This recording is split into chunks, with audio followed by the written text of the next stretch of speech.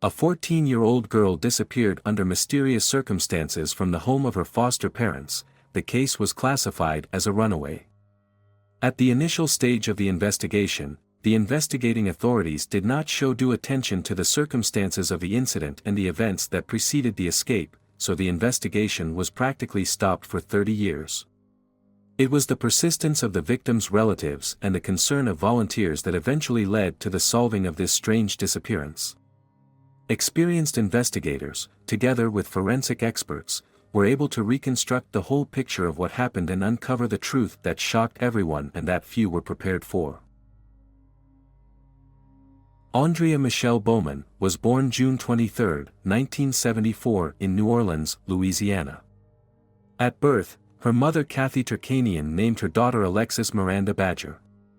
Kathy escaped to New Orleans in 1972 when she was 14 years old after hitchhiking from Virginia. She made a living working as a waitress. She soon met a young man whom she promptly married. After a year and a half of living together, when Kathy was not yet 17 years old, the couple had a young daughter, Alexis. After the arrival of the child, Kathy's relationship with her husband deteriorated. He began to cheat on her, did not help to take care of the girl.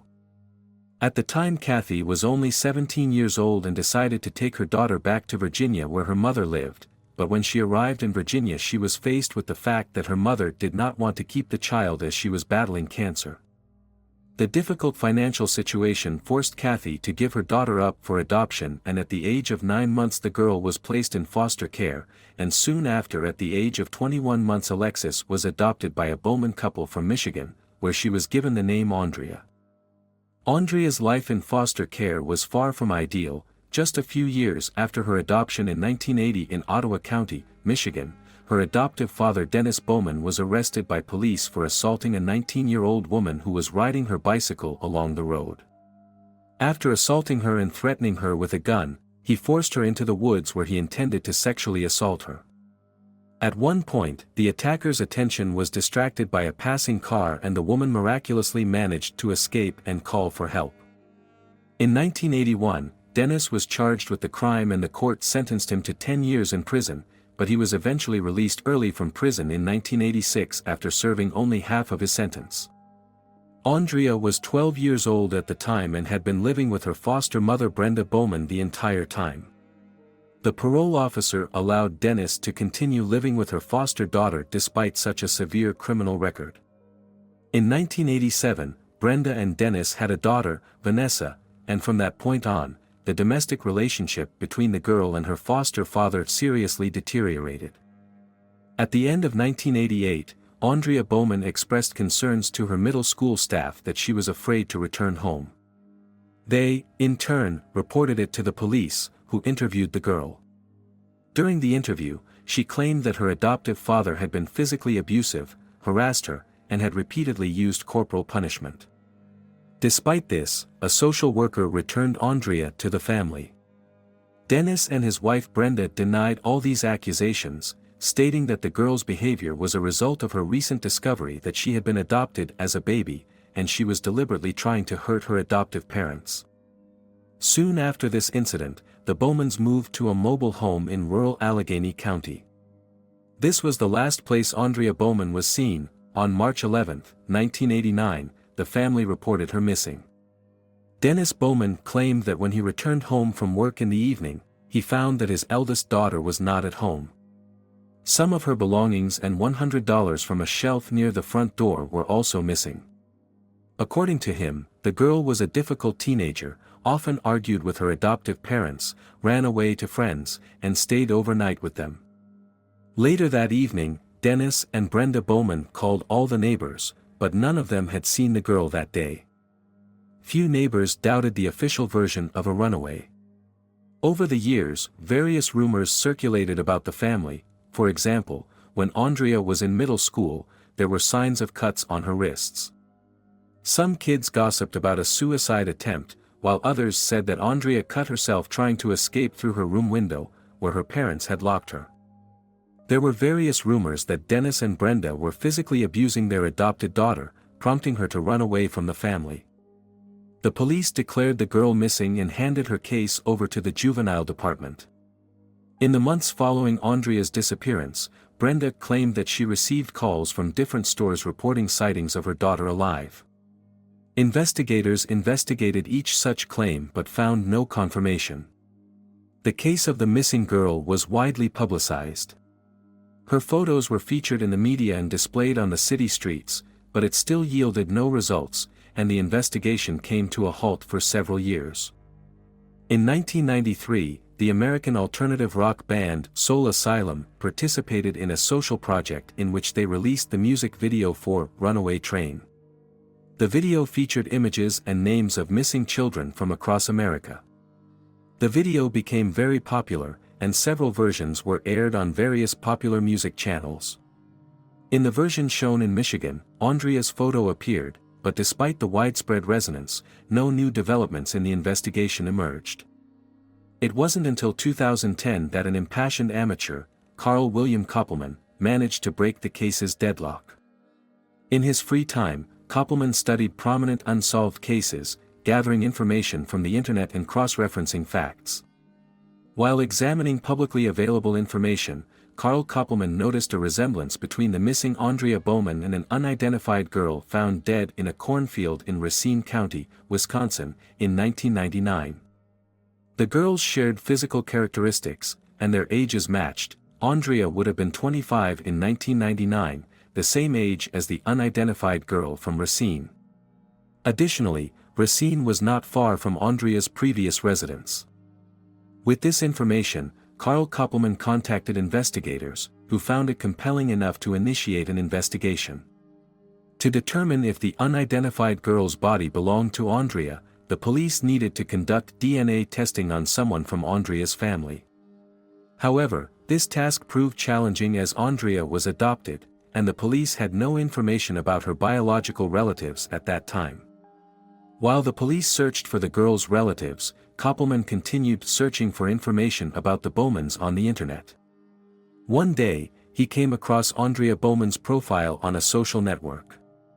Since it was a paid resource, indicating the profile's validity, Carl sent a message and received a response a few hours later. Turns out, Aundria Bowman's biological mother, Kathy Turkanian, managed the profile. Kathy began searching for information about her daughter many years ago, but during this time, she was unable to find anything. When she gave her daughter up for adoption, the child welfare authorities assured her that she would be able to reunite with her child when she turned 18, but that never happened. In 2012, Kathy received a letter from a social worker in Norfolk, Virginia, asking her to provide DNA for comparison with the results taken from an unknown girl in Racine County. The police believed that this might be her daughter, who had gone missing from her adoptive parents' home in 1989. Kathy's husband, going through missing persons lists and comparing birth dates, identified the girl as Aundria. Throughout this time, Kathy hoped to be reunited with her daughter, but instead, she learned that the child she had given up for adoption in the 70s had gone missing. Interestingly, Kathy had seen the music video for Soul Asylum's Runaway Train, which featured Aundria's photo, but she had no idea that one of the faces was her own daughter. Kathy underwent a DNA test, and in 2013, the long-awaited results confirmed that she was not related to the unknown girl found in Racine County. Later, through DNA analysis, it was proven that the body belonged to Peggy Johnson. From that point onward, Kathy actively participated in the search for Aundria. She created an online account, distributed flyers and T-shirts, and even offered a reward of $25,000 for any information that could help determine what happened to the girl. Most importantly, Kathy reached out to a retired detective from Michigan who had been involved in the investigation, seeking any official information about the girl's disappearance. The detective advised Kathy to pay attention to the Bowman family members. Upon requesting publicly available information, Kathy Turkanian was shocked to discover that the head of the family, Dennis Bowman, had multiple convictions. In addition to the 1980 case of assaulting a young woman in the woods, in 1998, he was arrested for breaking and entering a colleague's house with the intent of stealing items, including women's underwear. He was sentenced to restitution and 1 year in prison. Police records indicated that Dennis Bowman matched the profile of a sexual offender and was considered a potential danger to women. Learning these details, Kathy did not rule out the possibility that this man could be involved in Aundria's disappearance. Joining forces, Kathy Turkanian and Carl Koppelman hired private detective Jeffrey Floor from Michigan to conduct an investigation into Aundria's disappearance. Detective Floor conducted his investigation, gathered all available information on the case, and discovered several interesting details beyond the known facts. He interviewed residents of the town where the Bowman family lived and learned that Aundria was friends with her classmate Andrew Rand. They spent a lot of time at Andrew's home with his parents. One day, Aundria confessed to Andrew's mother that she didn't want to go home because her father mistreated her, and her mother, aware of it, either ignored it or pretended not to notice. At that time, interfering in others' family matters was considered unacceptable, even in such situations. Therefore, Andrew's mother, Arlene Rand, advised Aundria to talk to her clergyman for guidance on how to handle the situation. Once, when Arlene was driving Aundria home, Dennis Bowman came out of the house, approached the car, and rudely advised her not to meddle in others' affairs. Arlene got scared and tried to avoid Bowman, not telling anyone about the incident. A few months later, Aundria went missing. This information further convinced Kathy of the involvement of her daughter's adoptive father in her disappearance. She reported all the available information to the police, but since it was circumstantial evidence, the case did not progress, and the investigation again stalled for several years. Only in November 2019, Koppelman received information from a Michigan resident that Dennis Bowman had been arrested. He became a suspect in the murder of Kathleen O'Brien Doyle, the wife of a U.S. Navy pilot, and the sexual assault on her in 1980 when he was 31 years old. She was found murdered in her Norfolk, Virginia home on September 11, 1980. She had been stabbed and strangled. Dennis was one of 30 suspects in connection with this case. Investigators working on this case came to Michigan for a seminar and decided to check the DNA of the suspects for matches. Detectives were astonished to find a 100% match between Dennis Bowman's DNA profile and the DNA from the crime scene. He was immediately arrested, and a few months later, Bowman was extradited to Virginia to face trial. While in pre-trial detention, he confessed to the attack in 1980.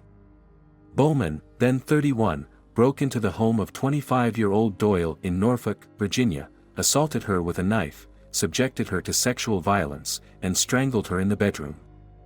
In his confession to the police, Bowman claimed he was intoxicated and broke into her house with the intention of robbery. The revelation of this 40-year-old crime indirectly led Bowman to finally admit to what happened to his adoptive daughter. In January 2020, while in custody in Virginia, 71-year-old Dennis Bowman confessed to the murder of Aundria. This happened 31 years after she went missing. On February 4, 2020, in the backyard of Bowman's house in the 3200 block of 136th Avenue in Monterey, Michigan, police discovered skeletal remains buried under a layer of concrete. On the same day, a press conference was held, announcing the discovery of human skeletal remains under a concrete slab behind the house, likely belonging to Aundria Bowman. The police needed to confirm the identity, and Kathy immediately provided her DNA, which resulted in a 100% match. According to Dennis' testimony, on the day Aundria died, he came home and found her packing to run away. She told him that she would no longer tolerate his advances and intended to report them to the police again. They began to argue, and Dennis struck Aundria in the face. The blow was so powerful that she fell and broke her neck. Dennis claimed that Aundria's death was an accident, and he declared her missing to conceal it and remain free for the sake of his family and younger daughter. On May 15, 2020, the prosecution officially charged Dennis Bowman with murder, first-degree child abuse, and mutilation of a body. He was to be extradited back to Michigan to face trial on these charges. In June 2020, Dennis received 2 life sentences for his previous crimes, and he was ordered to serve his sentence in Michigan, where he would await trial for the murder of Aundria. The first court hearing for this case took place in February 2021, which, due to the pandemic, was broadcast live. The key witness at the hearing was Dennis' wife, Brenda. Tearfully, she recounted that when she reported their daughter missing, she was 100% convinced that Aundria had run away from home. She also revealed that she only learned the truth after Dennis was arrested. He confessed to her in a phone call from jail, explaining that he had buried their daughter's remains in the backyard of their home in Monterey.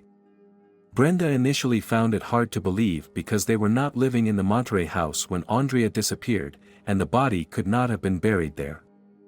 However, Dennis explained that he transported the girl's body in parts as soon as they signed the documents to purchase the house. The cement slab in the yard served as a makeshift grave marker, of which Brenda was unaware.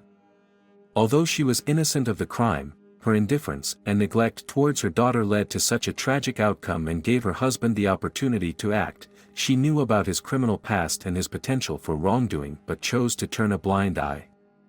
On December 22, 2021, Bowman pleaded not guilty to second-degree murder in connection with the death of 14-year-old Aundria in the Allegan County Circuit Court. He continued to consider it an accident. The next hearing took place in February 2022, and Dennis was sentenced to 35 years in addition to his existing term. The judge explained her decision by stating that a life sentence was considered, but she opted for the minimum term of 35 years for such a crime because a life sentence for second-degree murder leaves the possibility of parole after 15 years. Despite the verdict, the mother of the girl, Kathy Turkanian, did not find moral satisfaction. She accused Brenda Bowman, also implicated in the case, as Dennis continued his horrendous actions towards the girl with her silent consent. Kathy also claimed that she suspected Brenda might have known everything from the beginning and intentionally diverted police suspicion away from her husband by providing information about Aundria being seen alive and well in various places, which later turned out to be untrue. Currently, Kathy Turkanian is engaged in legal battles with Brenda Bowman for the right to reinter her daughter's remains. She believes that the Bowman family, after everything that happened, has neither moral nor legal claim to them. Many questions and grievances also remain regarding the police investigation, which was not properly conducted in the initial stages, and the available information was not thoroughly verified, leading to a prolonged and protracted investigation. Friends, share your opinions on this story in the comments, and don't forget to like this video if you enjoyed it. Thank you for watching.